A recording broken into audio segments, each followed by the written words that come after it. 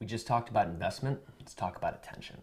Attention is one of the last finite resources on this planet. Certainly, air, water, oil, gold, those are all finite. But in terms of things that have true value in the 21st century and beyond, attention is pretty much where it's at. And if you think about it, Mark Zuckerberg has that market cornered. Google has, or should I say Alphabet, certainly has their fair share of it, and as I record this, Snapchat is snapping some up as well, not to use a pun there unintentionally. But attention is where it's at on the internet, and whether you are selling dog food or cars or who knows what, you have to capture someone's attention away from what they're doing and move it onto what you're doing. And the funny thing about the internet is that, because the barriers to entry are zero, anyone can come along and hijack the attention of someone who's been paying attention to you. If they're willing to do or say something more interesting, more extreme, more outrageous, or just different than what people have been saying before. So because of that, I never think that you can really set it and forget it with a business like mine or perhaps like yours. There's this dream of, hey, I'm going to build my product library and my ebooks or my web series or what have you, and I'm just going to let somebody run it and walk away. And I hope whoever runs it really understands the concept of attention. I would love to still be using the same sales letters that I was using back in 2006, but the attention landscape has changed a lot. The market has matured, people have evolved. And it's evolving even more quickly every day.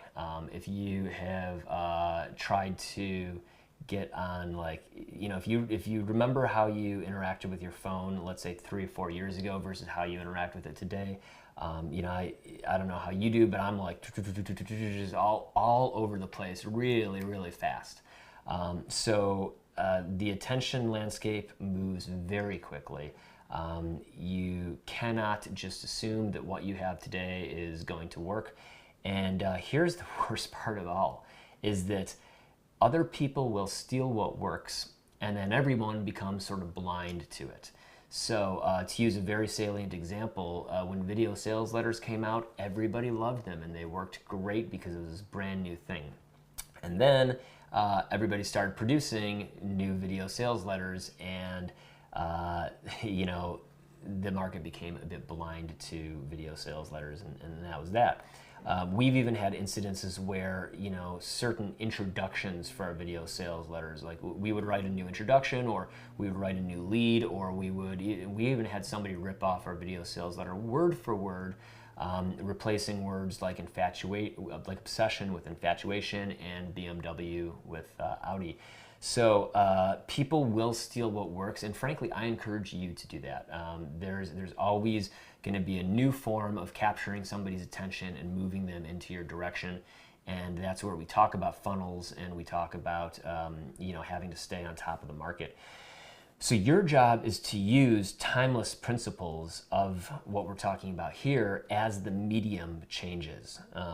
And whether that medium is Snapchat or Facebook or native advertising or long form or short form or who knows what kind of sales letters, the principles we're talking about here are always going to work. The question is, can you adapt them to the medium that you want to be successful in? So the new game, as I sit down to record this, I would say is to convert attention to affinity. So in other words, being fucking real and likable. For the past, let's say, 6 years, it was acceptable to sort of hide behind your sales copy and have some good sales copy that you presented to the world, and people would jump on that. But with the proliferation of social media, there's always somebody who's willing to put their face out there, who's willing to live broadcast, snap, what have you, and be a little bit more real and authentic. And that's made things more difficult for content creators everywhere, because the guy who's going to take the most shirtless videos of him doing the most pull-ups is going to capture a lot of attention. People are going to say, good God, that guy's a superhuman. How does he do that? You know, the guy who's going to go out in the street and motorboat girls for charity. Actually, some friends of mine did this. They're going to capture a lot of attention. If you don't know what motorboating is, it's when you kind of stick your head between someone's breasts and I think you kind of blow air and move back and forth. To be honest with you, I'm not a motorboating type of guy, but these guys did it, and it captured a lot of attention. I think it had like 3 million views. And so, you know, for a prospect to see something like that versus a sales letter, they're going to say, wow, these people are actually doing it versus this guy who's just selling it. So the new game is to convert the attention you get into affinity, somebody who actually likes you, someone who's a fan, to go back to the investment newsletter to get somebody invested and chasing and committed to you. So some of the things that we try to do now is build a mentality of, hey, we're all on the same team together, we're all part of the same crew, as we like to call it, and we want to move that crew into certain directions. So the question, of course, because you're in the competition for the same slice of attention as everybody else, and perhaps in competition for the same need as everybody else, is how to ask yourself, how can you differentiate yourself from anybody else in the marketplace? How can you, stand out and be that one voice that everybody wants to connect around? And that's, of course, why you're here. So let's talk about some attention management tools. We have a whole bunch to go through, and we'll just jump into them here. The first one we'll talk about is a pattern interrupt. So a pattern interrupt is, this comes from the world of neuro-linguistic programming. If you've not studied it, it's fascinating. It's something you can spend years studying. I have not, but I understand it enough to be to speak like an idiot about it, and occasionally intelligently. A pattern interrupt, think of it this way. Somebody's going along in their day, and you're walking down the street, and the street looks normal. There's some trees, there's some cars, there's, whatever you expect there to be. All of a sudden you hear a gunshot and you see a guy just bolting down the street. Coincidentally, this happened to me the other day in a pretty nice neighborhood. So it was a huge pattern interrupt. My pattern of what I was experiencing in that moment was completely interrupted, and I was just shocked by what I was seeing. So a pattern interrupt is anything where somebody's going along in their day and they see something and it interrupts that pattern, and it jolts them, and it captures their attention, pulls it away from everything else.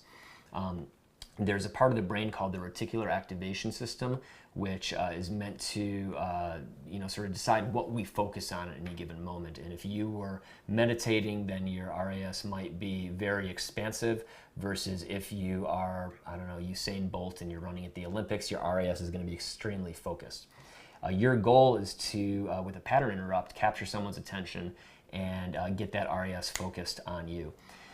So if we talk about what's modern and contemporary right now, the headlines that we're seeing a lot are like 13 celebs from the 80s who grew up extremely ugly. You won't believe what number 6 looks like. So when that headline first came out, or the derivatives of those headlines came out, it was a huge pattern interrupt. People had not seen anything like that before, so immediately, boom, like we're all looking at that stuff. But nowadays, this is maybe a year later since those headlines have hit the scene, you see those a lot. And so that is the pattern. So how can we interrupt that pattern and come up with something new?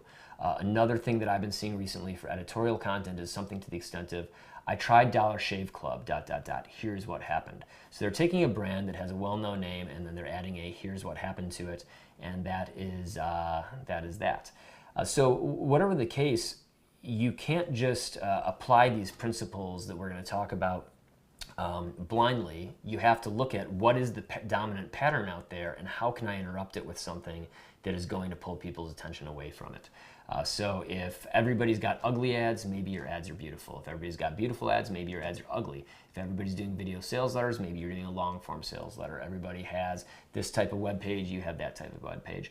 Your pattern interrupt is going to be that thing that captures their attention and makes them stop and say, whoa, kind of jars them. Ideally, it will cause them to blink. It'll cause them to, look back, or just think in their head, what just happened here? What am I looking at? A couple of pattern interrupts that we use extensively, or where we try to insert them into our copy, are on the first sentence of emails and in the headlines and sub-headlines of our sales letters. So let's talk about each of those very briefly. The first sentence of emails at the time that I record this, if you have a Gmail account or, frankly, I don't use other email accounts, but I'm sure they all do this. I know Apple does. They render the first sentence of emails in the preview window. So you see what's going on in that email before you open it, and that has an impact on whether you open the email or not.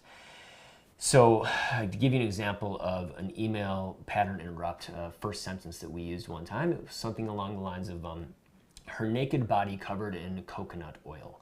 And then it was ... And then it went on to say, is a much better gift than this, but this might help you get that. And it was one of our copywriters, a guy named Obi, who wrote that. I have to give him credit where credit is due because that one got a tremendous amount of opens. You see that in your first subject in the email, her naked body covered in coconut oil, ... That's going to be a pretty big pattern interrupt. Now, of course, if you do this every time with every email, it's going to start to become the pattern, and now you have to interrupt the pattern.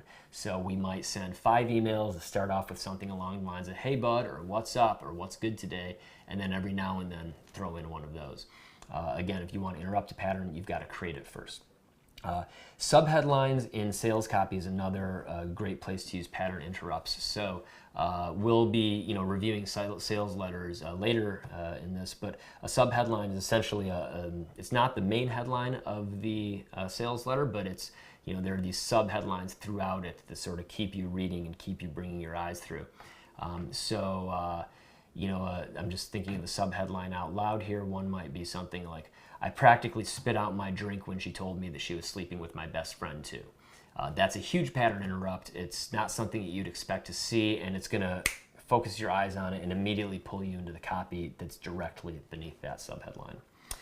So that's another good example. And then a third example of pattern interrupts are jump cuts. So if you've seen any sort of web video, a jump cut is the exact opposite of what we're doing here. A jump cut would be me talking and then cut, and then cut, and then cut. Maybe our editor can put a couple of jump cuts in. We'll see if I can remember to tell him to do that. But a jump cut is used to eliminate any of the ums, ahs, ands, and et ceteras from speech and just move people through the video very, very quickly, because you're not letting a pattern develop, you're just interrupting it, and you're moving through the content. So those are some examples of pattern interrupts. Another attention management tool is a promise of rewards. So one of the attention commandments that we like to have is that you will promise somebody that there is a reward for reading your piece of copy. There should be some outcome that they get, some positive outcome they get from spending time in your site, from reading your copy. And so if you can promise them a reward right up front, that is going to certainly capture their attention. So some specific examples from our letters, we might say something, we might just put the big promise right up front. You're going to have complete control over dating in your relationship. So that could be one example. Or we might give a specific example. So in the girlfriend sales letter, when we added this, it increased conversion stratospherically. We said, and in just a minute, I'll give you a simple tip to use to determine if your girl wants to sleep with you the next time you see her. It'll take 2 minutes, and trust me, you need to know this. So just promising this little tip that they're going to get is, there's that promise of rewards. It's delivered very early on. Now their attention is there, and we say, okay, we can move forward. Along those lines, the open loop is another great attention management tool. So the open loop is essentially, opening a question or promising something and then not delivering it right away. So in our case, we would say, we're going to tell you how to get complete control over dating and relationships, and we're going to give you this great tip to know if a woman wants to sleep with you next time you see her. But first, let me tell you a story, because if you're a single, frustrated guy, exactly like I was for years, then I don't want you struggling and making the same mistakes I did. You see, back in my 20s, ...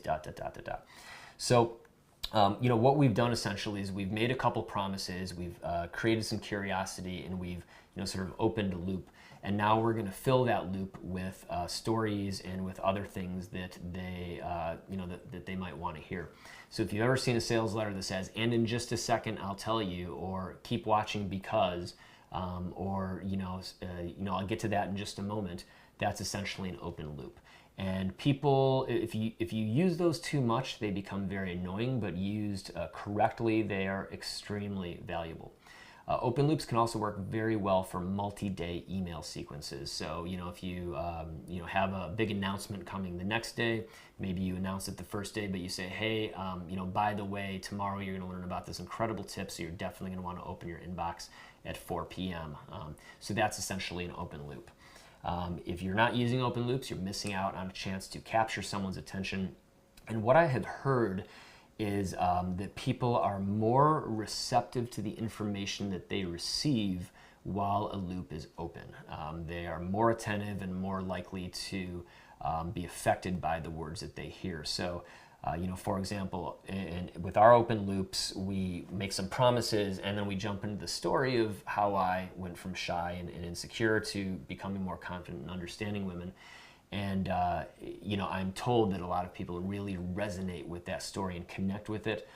How much of it is owed to the open loop, I couldn't tell you, but we certainly seem to have them enraptured when they're in that moment. Another attention management tool is emotional and or outrageous language. So there are some great books, along these lines, but any sort of language and I'll recommend them later. But any sort of language you can use that is, very vivid, gut-punching, emotional, and and just pulls them in is going to capture attention. So, for example, my friend Chris Haddad, he's a big-time copywriter. He has a sales letter that starts, "Get your hands off me, you fucking creep." And for a guy to hear that, that's just about the worst thing that any guy could hear from a woman. And then it continues on from there, something along the lines of, "I was staring at her gigantic melons from across the checkout line, and my pulse was racing, she was titillating my senses." So this sort of language, it can be a bit florid if you want to use an adjective to describe it. And when you look at it, it can, again, seem a bit outrageous, but it really does capture people's attention if you use it correctly, and we're going to talk about that again more later. Along those lines, another big attention management tool is vivid imagery. So we'll be talking about this later as well, but with your storytelling and with your copy, you want to do your best to paint an image in your prospect's mind of what their life could be like, or bring them into the reality that you're describing, whether it was what your life used to be like or what it is now. So vivid imagery describing maybe colors, shapes, sounds, the smell of the air, the humidity. This is a detail. You've got to be careful not to throw too many details in, but if you can really pull someone into a scene and make them feel like they're living it there with you through the facts, then you can open the door to the emotions that you want to share with them. And it all starts with vivid imagery that is with your words. Another big attention management tool is visual aids and motion graphics. So a couple examples of this one in Facebook videos. I've recently been seeing that if you add sort of sliding text to a video, you're going to get much higher engagement. Another great example of this, and I might talk about this later, but in case I don't, let me make sure I cover it now. We, up to this point, have traditionally been using what we call, how would I describe it? We use stock video footage at the start of our video sales letters. So the stock footage is, for example, the girlfriend one, we've rolled out a couple. We have one of like a strand of DNA. And then it goes to show a doctor holding up a strand of DNA on a little computer plate and looking at it through the light. In another one, we've got a picture of an eye, and then it kind of goes into the eye and shows the neural activity lighting up. So we tested, this was interesting, we typically track time on page for an average visitor. And on most of our sales letters, it's about like 38 to 42 seconds. That's unbelievable to me, but yet the hit rate works, and we manage to convert and be profitable. We rolled out a sales letter called Say Hello, which did not have one of these stock footage intros. It just went directly into words on a screen and sort of a PowerPoint presentation. And the average time on page for that one was 17 seconds. So it just goes to show you how visual aids can, really hold people's attention. One final anecdote on this is that when we took the girlfriend sales letter from words on a PowerPoint deck into an animated form, if you haven't seen it yet, you should watch it. It's some cool animation.